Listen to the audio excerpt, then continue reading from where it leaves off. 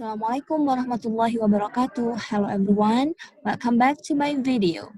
It is about hierarchical structure of the word. Ini adalah materi inisiasi kedua, part 2.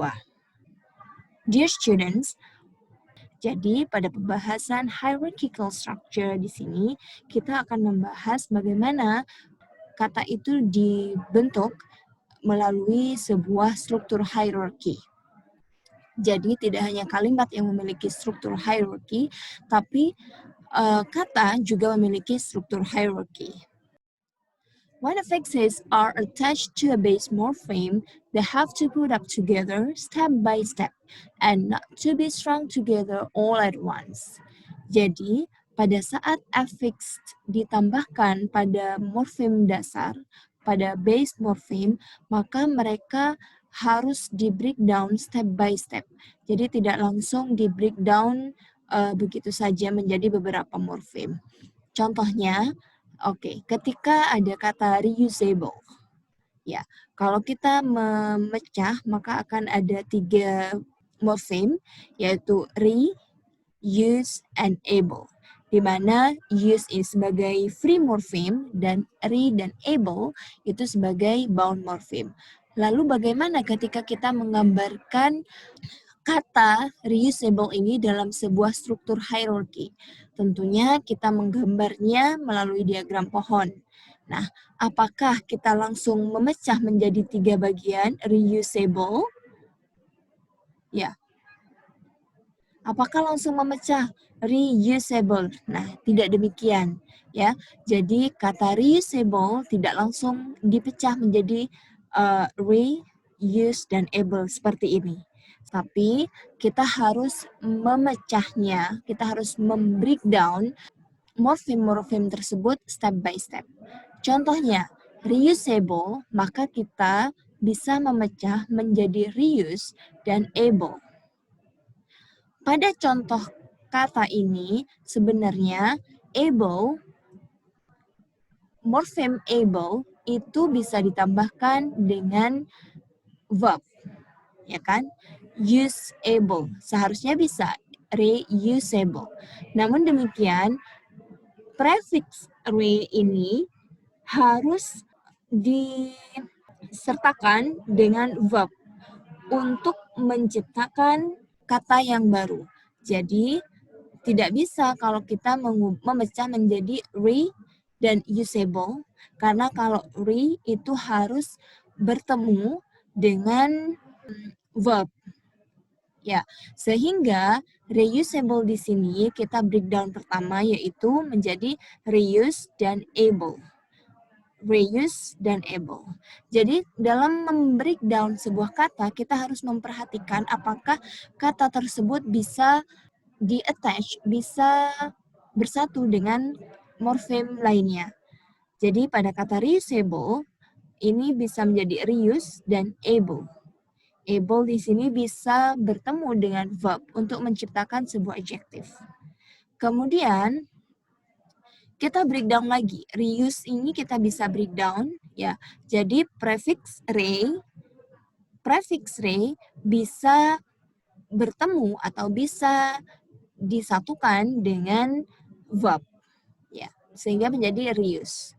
Sehingga kata reusable ini berawal dari reuse, kemudian ditambah able, menjadi reusable. Dear mahasiswa, selanjutnya kita akan mencoba untuk membreakdown kata atau membuat struktur hierarki sebuah kata melalui tree diagram. Kata readable, di mana able ini bisa ditambahkan dengan verb untuk menciptakan sebuah adjektif. Sehingga kalau kita membreakdown hanya menjadi 2 ya, yaitu read dan able. Sesimpel itu. Kemudian kata kedua yaitu teacher. Imbuhan atau suffix er di sini ini hanya bisa ditambahkan dengan verb untuk menciptakan noun, ya kan? Or ditambahkan kepada verb teach, maka akan menjadi noun, yaitu teacher. Ini adalah contoh pada kata yang hanya terdiri dari 2 morfem. Lalu bagaimana jika ada beberapa morfem atau ada beberapa derivation dalam kata tersebut? Seperti pada kata unlockable, di mana unlockable di sini adalah sebuah adjektif. Nah, perlu diketahui bahwa prefix an in English ini bisa dianalisis melalui 2 cara. Karena an di sini, prefix an, ini bisa di-attach dengan adjektif untuk menciptakan sebuah adjektif yang baru. Kemudian an juga bisa bermakna not. Sehingga pada contoh tree diagram yang pertama, unlockable, maka kita bisa membreakdown ini menjadi un dan lockable. Ya, jadi an ini adalah sebagai prefix yang bisa di-attach dengan adjektif yang lain untuk menciptakan sebuah adjektif unlockable ini. Kemudian lockable ini juga bisa kita breakdown menjadi lock dan able. Sehingga bisa kita pahami bahwa kata unlockable itu berawal dari lockable, kemudian ditambah dengan un, sehingga menjadi unlockable. Kemudian, karena un bisa bermakna yang pertama prefix untuk menciptakan sebuah adjektif, ketika ditambahkan dengan adjektif, maka un yang kedua ini bermakna tidak. Sehingga ketika kita membreakdown kata unlockable, maka akan menjadi unlockable. Ya, jadi sudah cukup jelas ya bahwa di tree diagram yang kiri ini un dengan lockable. Kemudian yang kedua ada unlock dan able. Kemudian unlock ini juga bisa kita breakdown menjadi unlock. Lalu perbedaan struktur hierarchy ini tentunya akan berdampak pada makna. Ya, jika di struktur hierarchy sebelah kiri ini adalah bermakna not able to be locked, tidak bisa dikunci, ya, not able to be locked atau tidak bisa dikunci. Sementara pada tree diagram di sebelah kanan atau tree diagram kedua ini bermakna bisa tidak dikunci. Bisa dipahami?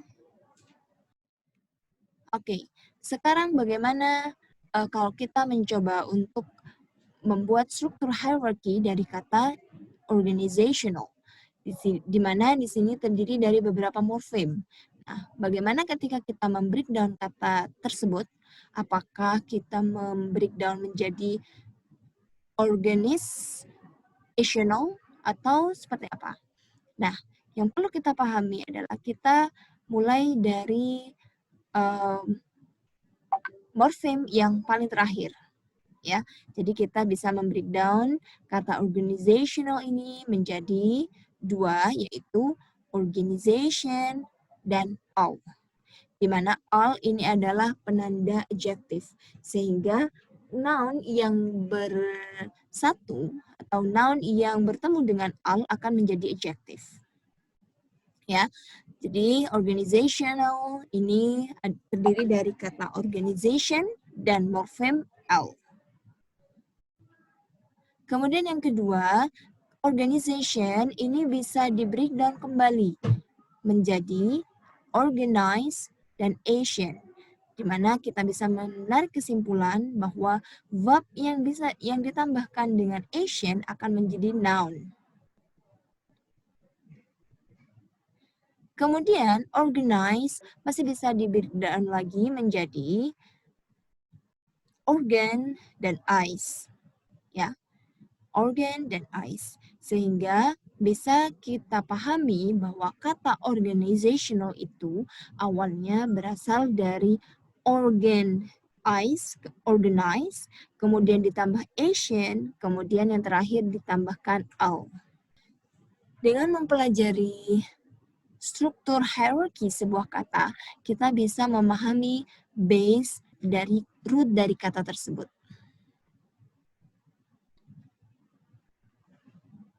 Baik, sekarang exercise.